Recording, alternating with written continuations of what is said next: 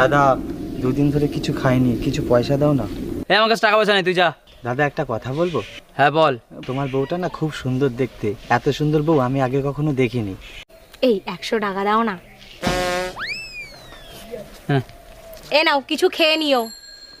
দাদা আরেকটা কথা বলবো? কি বল? তোমার বউর চোখ দুটো না খুবই সুন্দর।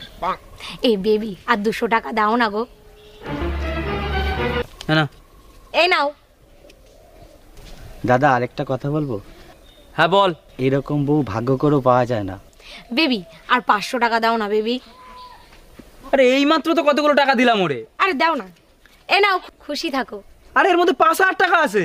আরে থাক না, কতদিন পরে কেউ আমার প্রশংসা করলো। দাদা তুমি এত ভাগ্যবান যে পরীর মতন বউ পেয়েছো। এই, ও দেখো কেমন ছেঁড়া ফাটা জামা পরে রয়েছে। ও কতদিন ভালো জামা পরেনি। তোমার জামাটা দাও না। আরে তা আমি কি পরে যাব? আমি কি খালি গায়ে বাড়ি যাব?